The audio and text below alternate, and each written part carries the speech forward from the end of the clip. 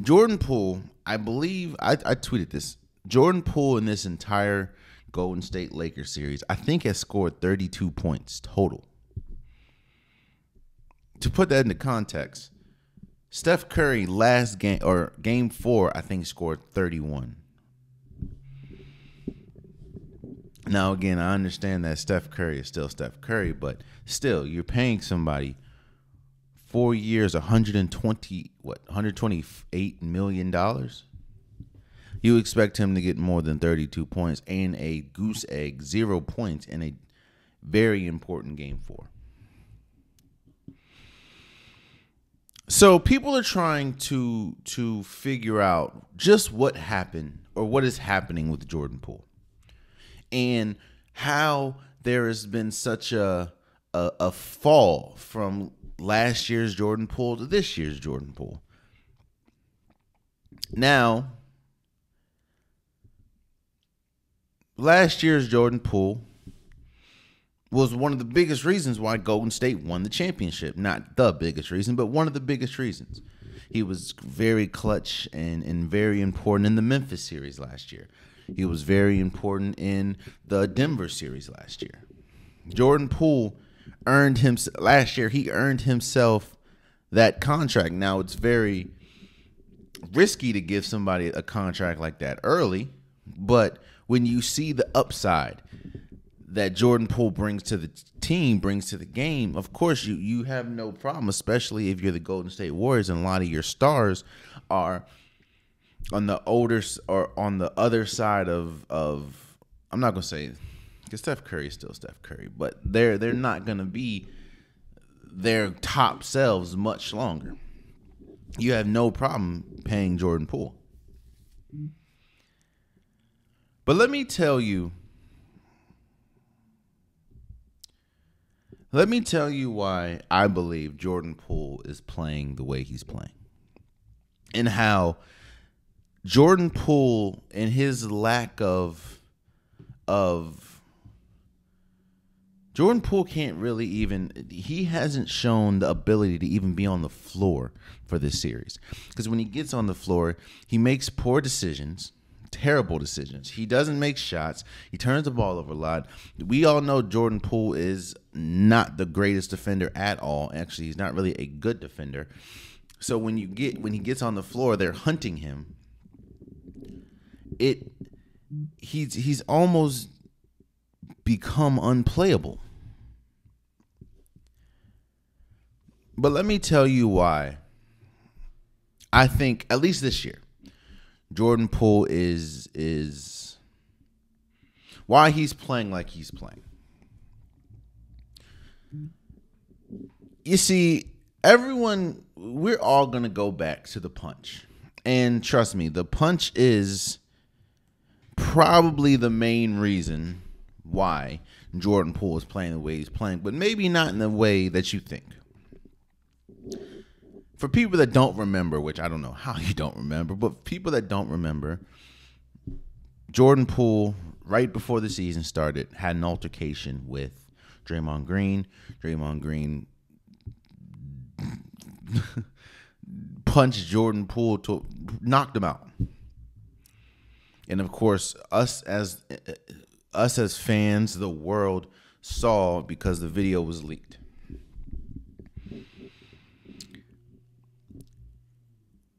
When we first heard about the punch, we heard that Jordan Poole and Draymond Green had an altercation. Now, if it stayed there,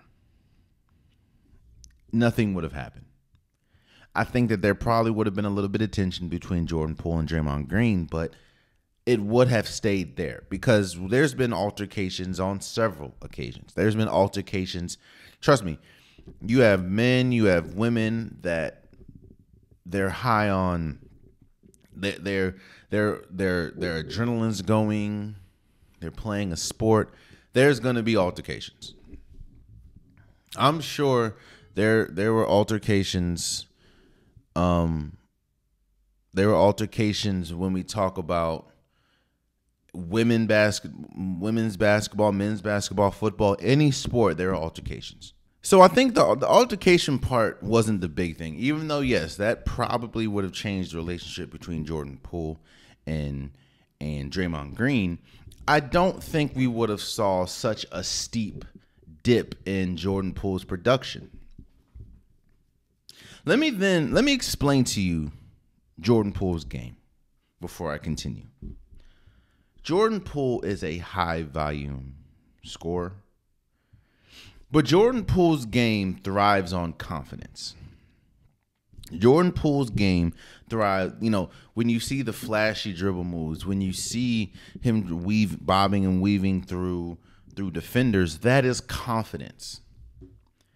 And some people, most people, their game is predicated on confidence.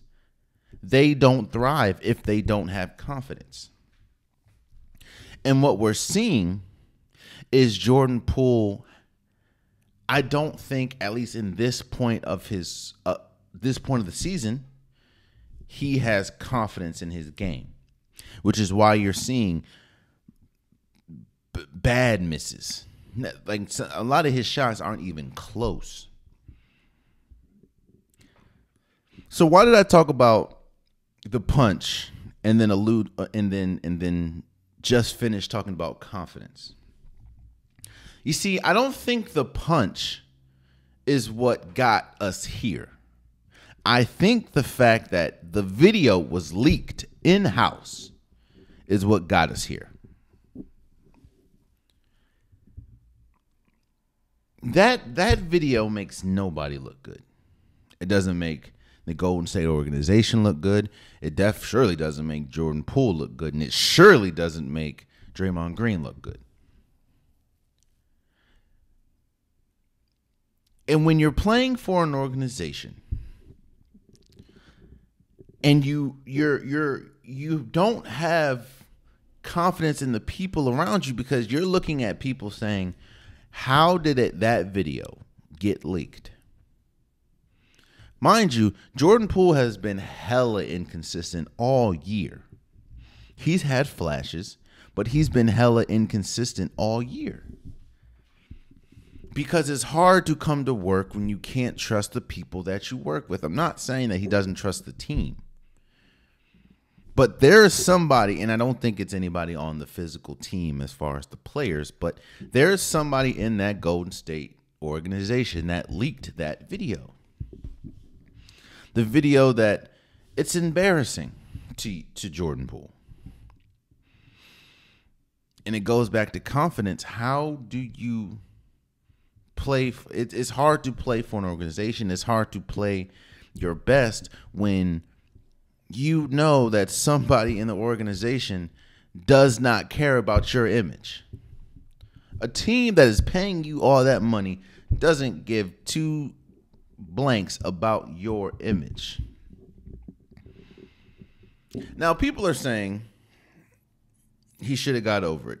Has a whole season. You heard him and Draymond Green are past it. They're going to move forward for the betterment of the team, and that could be true. He could have absolutely no problems with Draymond Green right now. But you hear he didn't say anything about the organization. Let's fast forward to game 1 of the Golden State Warriors LA Lakers series. And it goes, and again, remember I said Jordan Poole's game thrives on confidence. Jordan Poole by far has had his best game this playoffs, game 1 of the LA Lakers series. I think he has 6 threes, 21 points. But how did that game end? Jordan Poole taking one of the deepest shots we have seen him take with like 10 seconds on the clock. Ultimately lose game 1. Poor shot selection. He was getting killed for it. Jordan Poole got killed for that shot. Now, all his teammates said the right thing. Steph Curry said he doesn't have a problem with the shot. Klay Thompson said he doesn't have a problem with the shot. Steve Kerr said he doesn't have a problem with the shot. Draymond Green said he doesn't have a problem with the shot. But as a team, go look back at that shot and look at Steph Curry's body language. Look at Draymond Green's body language. Look at Klay Thompson's body language. Look at Steve Kerr's body language. Then ask yourself, were they really okay with that shot? And why do I bring up game one? Because I said Jordan Poole's game thrives on confidence. I'm not the only person that saw the body language of his teammates when that shot went up. They have film session that he saw it too. So now you're thinking to yourself, there's a reason why that was the best game. In fact, Jordan Poole has not scored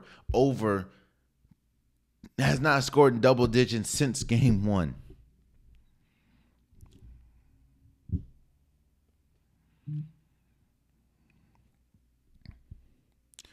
I think that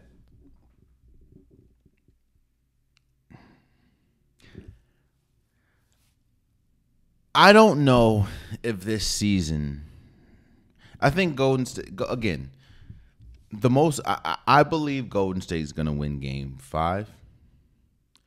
The game is game 6. I know I originally said Golden State in 6. Obviously, I was wrong about it. But the game is game 6.